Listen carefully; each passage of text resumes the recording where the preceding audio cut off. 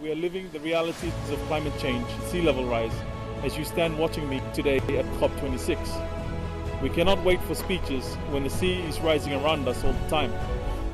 Itulah cuplikan pidato Perdana Menteri Tuvalu dalam konferensi iklim COP26 tahun lalu. Tuvalu adalah satu dari 9 negara kepulauan kecil yang terancam tenggelam akibat kenaikan permukaan laut. Masalah perubahan iklim akibat emisi gas rumah kaca global menyebabkan kehidupan di negara kepulauan kecil semakin rentan. Menurut data Organisasi Kerjasama dan Pembangunan Ekonomi (OECD), negara anggota G20 berkontribusi terhadap 80% emisi gas rumah kaca dunia.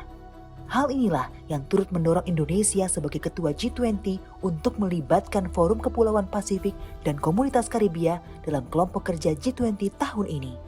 Isu climate change ini akan menjadi perhatian kita, tapi approach kita adalah bukan waktunya kita berdebat lagi mengenai siapa yang salah, siapa yang benar. We try to find solution to problem.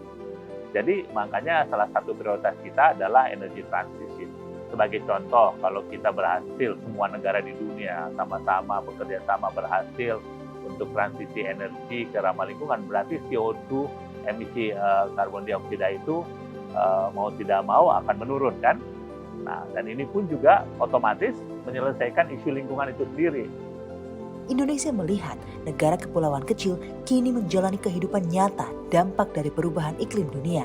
Selain terancam kehilangan wilayah daratan, negara kepulauan kecil juga terancam kehilangan zona ekonomi eksklusif dan senantiasa terancam menghadapi bencana alam seperti badai topan. I think the important message that we would like to take to advocate in the G20 is to take real and pragmatic measures that will alleviate the burden and the challenges our people are facing on a daily basis. It's undeniable that the threats are there, existential threats of our livelihoods, of our future as a sovereign nations is really, really critical. There are political issues at the global level that they need to resolve, like the trajectory of 1.5%, but there are also measures that the G20 members can help the Pacific by building a community, building resilience in our community.